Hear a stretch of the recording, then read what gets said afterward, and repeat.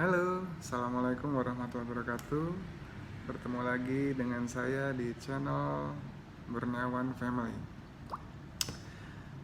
Eh, jadi guys, pada kesempatan kali ini saya akan bikin vlog terkait dengan surat edaran Sekda yang baru kami rilis di tanggal 14 April kemarin, yaitu terkait dengan pergeseran anggaran belanja perangkat daerah di lingkungan Pemprov Kalbar tahun anggaran 2022. Nah, ini kalau boleh saya singkat, ini adalah terkait dengan rencana kami di BKAD untuk memproses pergeseran kedua atau perubahan peraturan gubernur tentang penjabaran APBD tahun anggaran 2022 yang kedua. Artinya mungkin masih ingat di video saya sebelumnya kita sudah membuka slot untuk pergeseran pertama, yaitu kemarin terkait dengan dalam rangka kita melakukan penyesuaian terhadap adanya perubahan pendapatan transfer, yaitu sebentar. Nah, ini pergeseran terkait dengan penyesuaian pendapatan transfer sesuai dengan Perpres 104/2021, di mana di situ kita melakukan penyesuaian DAK non fisik untuk penanaman modal dan mendesak lainnya. Nah, kemudian terkait dengan surat edaran yang tadi saya sebutkan atau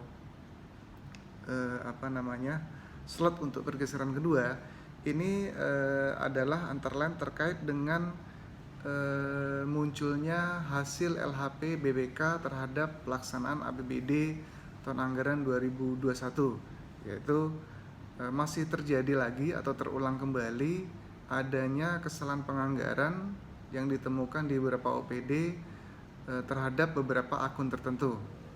Oleh karena itulah, berangkat dari hasil LHP BPK tersebut, maka kami meluncing surat edaran yang tadi saya sebutkan nomor 903/1333/BKAD strip B untuk melakukan penyesuaian atau tindak lanjut terhadap hasil temuan BPK tadi. Adapun yang menjadi poin di dalam surat edaran tersebut atau yang terkait dengan apa-apa yang harus SKPD atau PD di lingkungan Pemprov Kalbar segera lakukan atau TL di dalam pergeseran kedua ini, antara lain yang pertama adalah terkait dengan kesalahan penggunaan akun pada penganggaran hibah berupa barang kepada instansi pemerintah pusat, namun ini berdasarkan temuan BPK itu masih dianggarkan pada akun belanja hibah barang kepada badan dan lembaga yang bersifat nirlaba, sukarela, dan sosial yang dibentuk berdasarkan peraturan perundang-undangan. Jadi ini contohnya misalnya begini, di SKPD itu kita ada membangunkan atau kita memberikan hibah,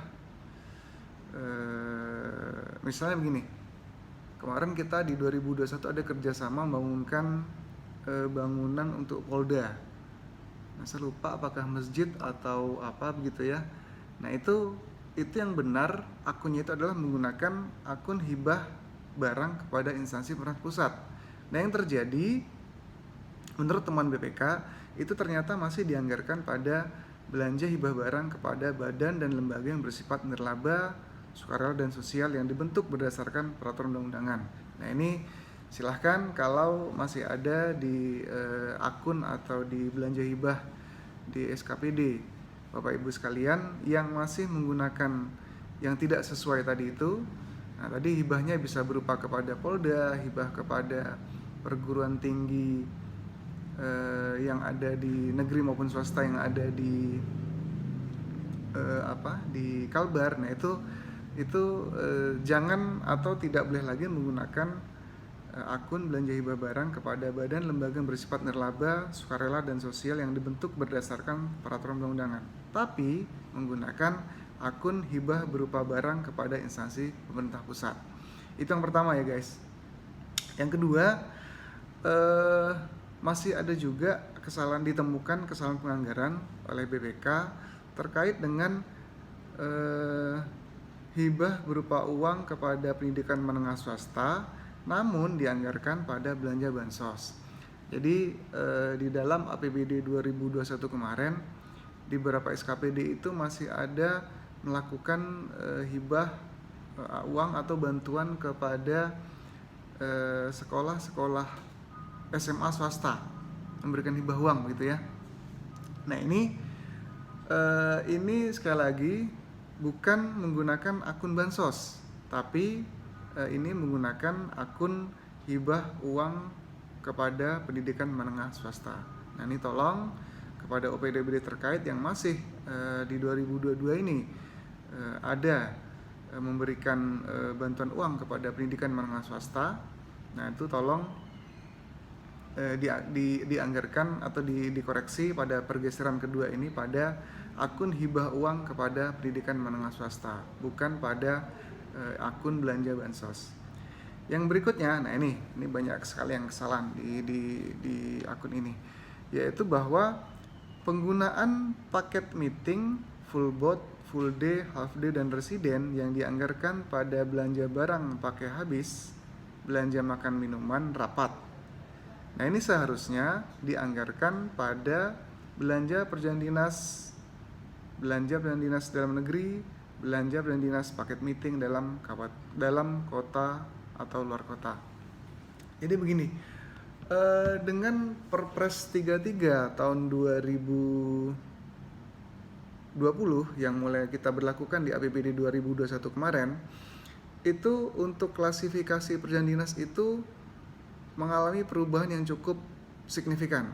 Artinya kalau dulu kita bicaranya ada dua perjalanan dinas dalam daerah dan perjalanan dinas luar daerah. Nah sekarang kita bagi menjadi 4. Itu namanya ada perjalanan dinas 5, perjalanan dinas tetap, kemudian perjalanan dinas biasa. Nah biasa ini isinya ada luar daerah, dalam daerah. Kemudian ada perjalanan dinas saya lupa satu lagi. Nah setelah itu ada lagi tambahan 2, belanja perjalanan dinas paket meeting. Nah paket meeting ada paket meeting dalam daerah, paket meeting luar daerah. Nah paket meeting ini dalam aplikasinya atau implementasinya misalnya begini, kan sering ya guys, di dalam kegiatan atau belanja kita di masing-masing SKPD OPD ini pasti ada menganggarkan belanja makan minum rapat. Nah ini kuncinya satu aja, ketika kegiatan makan minum rapat tersebut dilaksanakan di luar kantor OPD, saya ulangi, ketika kegiatan pelaksanaan makan minum rapat tersebut dilaksanakan di luar lingkungan kantor perangkat OPD atau dilaksanakan di hotel, maka itu wajib menggunakan akun tadi itu, belanja perjalanan dinas paket meeting dalam kota atau luar kota. Dalam kota berarti ya kalau kita dilaksanakan di Pontianak. Jadi jangan lagi ketika SKPD OPD itu ada kegiatan makan rapat, pelaksanaannya walaupun tidak di kantor sendiri. Contoh misalnya begini, kami di BKAD mungkin meminjam ruang rapat Praja 1 atau Praja 2 di kantor gubernur. Nah itu yang punya gawe BKAD, tapi acaranya di Praja. Nah kemudian ada, karena rapatnya mungkin pagi sampai sore, ada makan rapat di situ. Nah walaupun bukan di luar kantor BKAD, tapi selama itu masih menggunakan fasilitas kantor perangkat daerah di lingkungan Provinsi Kalbar, maka itu tetap dikategorikan sebagai belanja makan rapat. Nah tapi ketika misalnya kami di BKAD melaksanakan kegiatan di hotel, rakor, sosialisasi, pelaksananya di hotel, maka itu wajib menggunakan belanja atau akun belanja perjalanan dinas paket meeting dalam kota ataupun luar kota. Jadi jelas ya, kuncinya adalah tempat pelaksananya itu di mana. Ketika itu dilaksanakan di lingkungan kantor perangkat daerah, maka menggunakan akun belanja makan minum rapat. Tapi kalau itu tempat pelaksanaan di hotel, maka itu pasti atau wajib hukumnya menggunakan belanja perjanjian dinas paket meeting. Silakan dipilih, di situ ada paket meeting dalam kota maupun luar kota. Yang berikutnya di poin 3D, pekerjaan perencanaan dan atau pengawasan terhadap pembangunan fisik yang akan dihibahkan dianggarkan dalam belanja barang atau jasa, belanja jasa konsultasi, seharusnya dianggarkan dalam satu kesatuan belanja hibah barang jasa. Ini juga kurang lebih sama dengan di poin E, pekerjaan perencanaan dan atau pengawasan terhadap pembangunan fisik pada belanja modal yang dianggarkan dalam satuan anggaran yang sama pada belanja barang jasa di konsultasi, seharusnya dianggarkan dalam satu kesatuan belanja modal. Jadi ini sebenarnya terkait dengan belanja atribusi. Jadi kalau Bapak Ibu ingat, sebelum kita menggunakan SIPD atau Permendagri 90, dulu memang dalam sistem penganggaran kita, di dalam akun penganggaran di aplikasi itu kita kenal ada istilah belanja atribusi. Maka dulu kalau Bapak Ibu masih ingat, misalnya begini, kita mau bikin suatu bangunan gedung A. Nah dulu itu pasti ya, untuk pembangunan belanja modalnya, belanja modal pasti di akun belanja modal gedung A. Tapi di dalam subrincian belanja modal gedung A tadi itu juga nanti di dalamnya ada uraian lagi, strip-stripan. Ada belanja modal konsultan gedung A, belanja modal perjanjian dinas gedung A, belanja modal ATK gedung A yang dianggap sebagai belanja atribusi terhadap pembangunan gedung A tersebut. Nah, dengan SIPD atau Permendagri 90 kemarin, transisi kita ya Bapak Ibu ya, itu memang kemarin karena kita kita tidak menemukan kemarin bahwa tidak kami temukan adanya belanja modal yang terkait dengan atribusi tadi itu. Artinya untuk belanja konsultan, kemudian ATK, kemudian perjanjian dinas yang sifatnya untuk menunjang suatu belanja modal tadi itu tetap tersedianya di belanja barang dan jasa.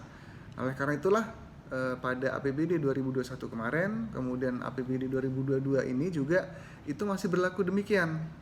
Artinya tidak kami satukan atau tidak kami jadikan sebagai bagian dari belanja atribusi terhadap suatu belanja modal tersebut.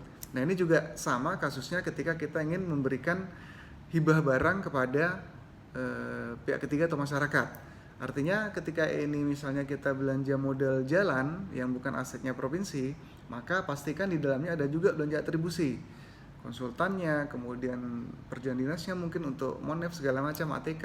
Nah itu harus dalam satu kesatuan belanja barang diserahkan tadi itu. Nah oleh karena itu ini kami sudah konsultasi dengan teman-teman Kemendagri, ternyata kita dapat melakukan penautan belanja. Artinya nanti ini sedang kami kerjakan di SIPD. Nanti hasilnya ketika Bapak Ibu membuka di SIPD di dalam submenu akun akan muncul seperti yang sebelum kita menggunakan SIPD atau Permendagri 90. Artinya di dalam SIPD nanti akan muncul misalnya belanja modal gedung A, kemudian belanja modal konsultan, ada belanja modal perjanjian dinas dan seterusnya. Nah ini sebagai TL kita terhadap LHP BPK tadi itu.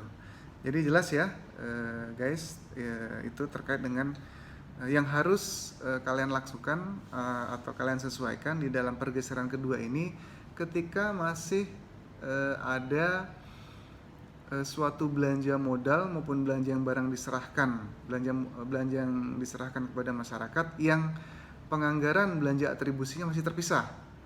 Nah, jadi tolong nanti dicek kembali di DPA Bapak dan Ibu sekalian untuk ini segera dilakukan penyesuaian di dalam slot pergeseran kedua ini. Karena apa? Karena kalau ini tidak di Bapak Ibu sesuaikan, maka nanti pada saat audit BPK terhadap pelaksanaan APBD 2022, hal ini akan menjadi temuan kembali atau temuan terulang atau berulang di OPD Bapak dan Ibu sekalian. Yang terakhir poin penting di dalam surat edaran kami terkait dengan pergeseran kedua ini, yaitu bahwa terhadap belanja modal aset tidak berwujud yang saat ini masih dianggarkan dalam jenis belanja modal aset tetap lainnya, nah itu seharusnya dianggarkan dalam jenis belanja modal aset lainnya, ya, bukan pada belanja modal aset tetap lainnya. Nah ini sesuai dengan PMK atau PP terkait dengan BMD, barang milik daerah. Jadi ini gamblangnya begini, ketika di OPD Bapak dan Ibu masih ada menganggarkan belanja aplikasi, kemudian belanja website, kemudian software, nah itu tidak menggunakan akun belanja modal aset tetap lainnya, tapi menggunakan akun belanja modal aset lainnya. Nah ini tolong disesuaikan, karena kalau tidak tadi akan kembali menjadi temuan pada saat nanti BPK melakukan audit terhadap pelaksanaan APBD 2022 kita. Itu guys, beberapa review singkat terkait dengan surat edaran kami, surat edaran Sekda yang kami inisiasi terkait dengan pembukaan slot untuk pergeseran kedua pada APBD tahun anggaran 2022 ini. Jadi itu tolong menjadi perhatian untuk segera Bapak Ibu sesuaikan. Jadi akhir kata saya ucapkan billahi taufiq wal hidayah. Wassalamualaikum warahmatullahi wabarakatuh. Sampai bertemu pada vlog berikutnya.